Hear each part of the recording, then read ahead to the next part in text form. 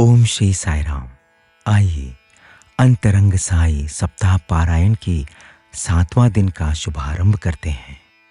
वक्रतुंड महाकाय सूर्यकोटि समप्रभा निर्विघ्नं कुरु मे देव सर्वकार्येषु सर्वदा।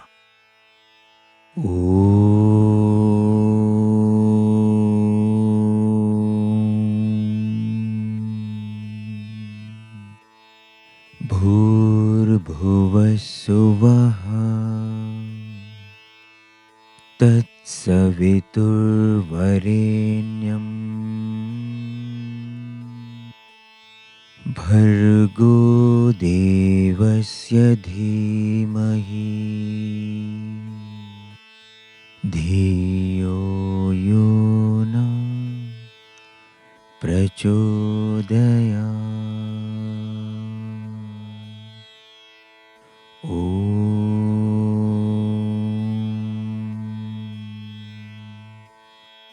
शांति शांति शांति। ओम साईश्वराय विद्महे सत्यदेवाय धीमहि तन्नः सर्व प्रचोदयात्। अध्याय 13। भीतर का भगवान और बाहर का भगवान। ओम श्री साई अंतर्बहिश्च व्यापकाय नमः। भगवान बाबा ने 1969 में श्री सत्य साई आर्ट्स, साइंस और कॉमर्स कॉलेज की स्थापना की। उस समय यहाँ स्नातक की पढ़ाई होती थी और स्नातकोत्तर के लिए छात्र पास के बेंगलुरु शहर जाते थे। हालांकि वे वृंदावन के छात्रावास में ही रहते थे। गर्मियों की छुट्टियों में जब अधिकतर छात्र घर चले जाते थे, लगभग 15 छात्र वहीं रुक गए क्योंकि वे स्वामी के सानिध्य को छोड़ना नहीं चाहते थे।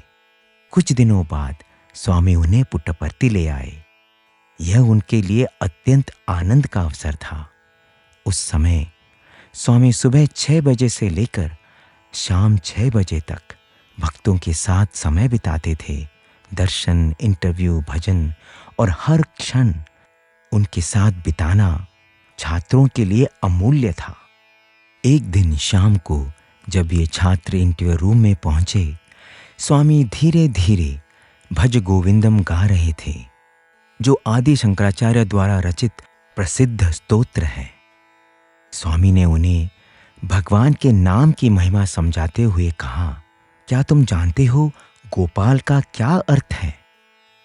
जब एक बछड़ा जन्म लेता है तो उसकी माँ उसे चाट कर साफ करती है।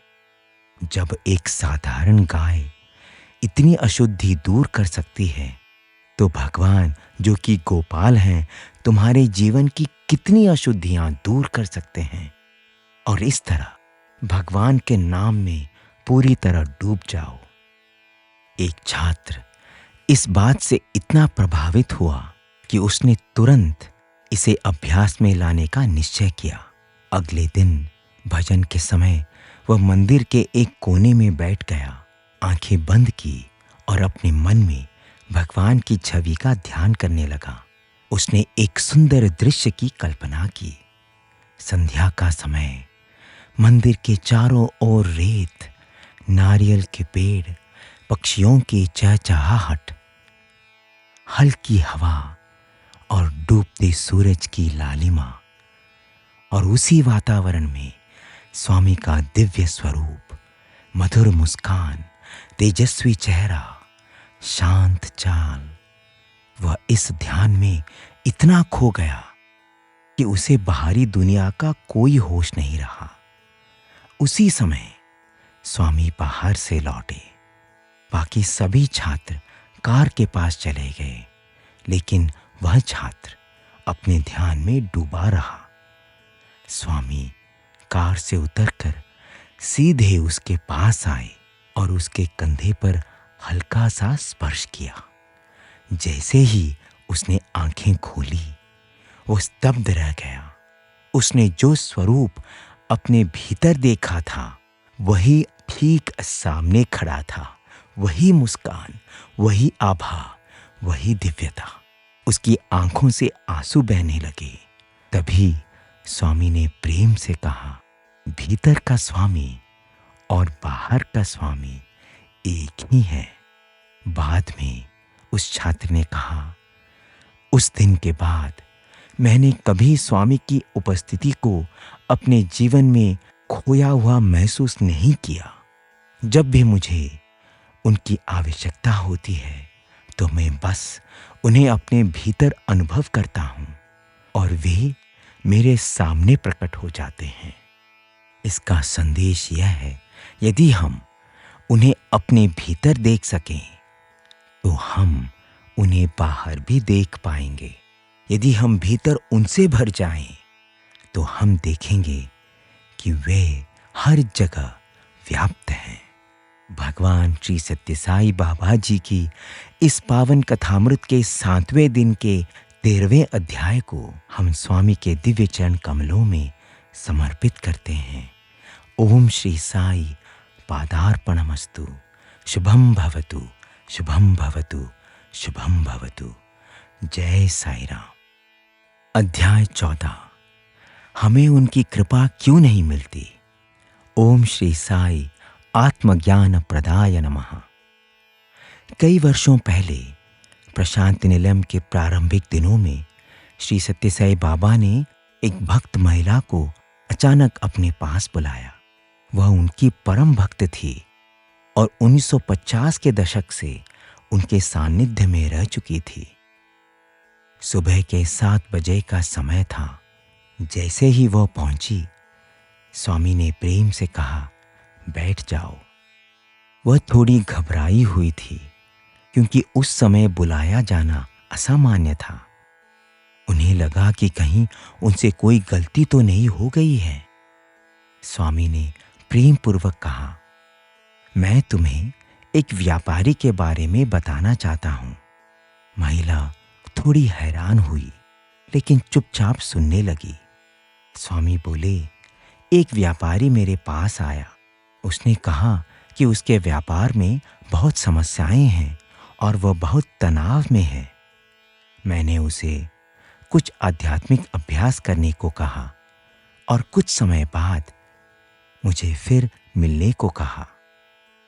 कुछ हफ्तों बाद वह फिर आया। मैंने पूछा, अब तुम्हारी समस्याएं कम हुई होंगी। उसने कहा, नहीं स्वामी, सब वैसा ही है। फिर मैंने पूछा, क्या तुमने मेरे बताए अनुसार अभ्यास किया? तो उसने उत्तर दिया, स्वामी, मैं इतना व्यस्त था कि समय ही नहीं मिला। तब स्वामी ने उससे पूछा, क्या तुमने अपनी सुबह की कॉफी छोड़ दी? तो उसने कहा, नहीं स्वामी। नाश्ता छोड़ा? नहीं स्वामी। दोपहर का भोजन, शाम की चाय, रात का खाना, क्या इनमें से कुछ भी छोड़ा? उसने फिर कहा, नहीं स्वामी। तब स्वामी ने कहा, शरीर के भोजन के लिए तुमने दिन में 5 बार समय निकाला। कॉफी, नाश्ता, दोपहर का भोजन, चाय और रात का खाना। यह उस शरीर के लिए है जिसे एक दिन तुम्हें छोड़ देना है। लेकिन आत्मा तुम्हारा सच्चा स्वरूप है। वही तुम्हें शांति और आनंद दे सकती है। फिर भी तुम आत्मा के लिए एक बार भी समय नहीं निकाल पाए। लेकिन तुम्हें मेरी कृपा चाहिए। ये कैसे संभव हो सकता है? स्वामी ने आगे कहा, आत्मा का भोजन शरीर के भोजन से अधिक महत्वपूर्ण है। शरीर का भोजन कभी कभी छूट जाए तो चल सकता है, लेकिन आत्मा का भोजन कभी नहीं छूटना चाहिए। यदि आत्मा को पोषण नहीं मिलेगा तो वह जागृत नहीं होगी, और जब आत्मा भूखी है तो भगवान कैसे प्रकट होंगे? तुमने शरीर को प्राथमिकता दी, आत्मा को नहीं। जब तक तुम मेरे बताए मार्ग पर नहीं चलोगे, मैं तुम्हारी सहायता कैसे कर सकता हूं?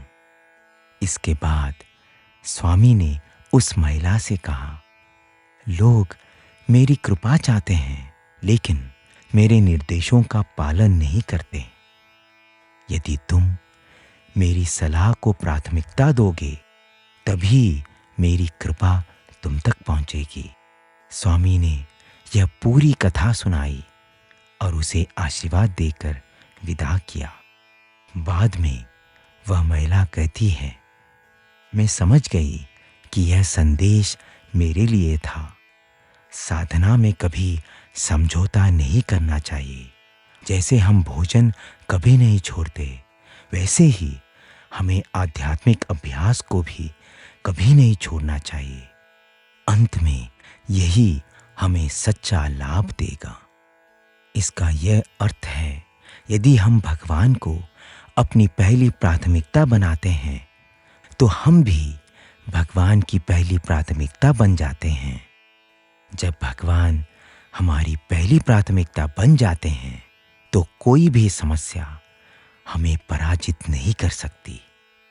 भगवान श्री सत्य साई बाबा जी की इस पावन कथामृत के 7वें दिन के 14 अध्याय को हम स्वामी के दिव्य चरण कमलों में समर्पित करते हैं। ओम श्री साई पादार्पणमस्तु। शुभम भवतु, शुभम भवतु, शुभम भवतु। जय साई राम। कलयुग में सत्य, धर्म, शांति, प्रेम और अहिंसा का बोध कराने वाले शिव शक्ति स्वरूप साक्षात नारायण के अवतार भगवान श्री सत्य साई बाबा जी की यह पावन कथामृत अंतरंग साई का यह सप्ताह पारायण अब पूर्ण हो गया है। हे कृपा सिंधु साई, हम सभी पर आपकी असीम अनुकंपा सदैव बनी रहे और हम सभी आपके द्वारा बताए गए मार्ग का अनुसरण करें और सत्य सनातन शाश्वत ज्ञान के दीपक को अपने मन मंदिर में प्रज्वलित कर आपका ध्यान और आपकी भक्ति पूरी श्रद्धा और निष्ठा से करें। परब्रह्म प्रेम स्वरूप, भक्त वत्सल, आनंददायक, भक्ति मुक्ति प्रदायक, सर्व देवतातीत स्वरूप भगवान श्री सत्य साई बाबा जी के दिव्य चरण कमलों में हमारा कोटि कोटि नमन। श्री सत्य साई पादार्पणमस्तु। शुभम भवतु, शुभम भवतु, शुभम भवतु। जय साई राम।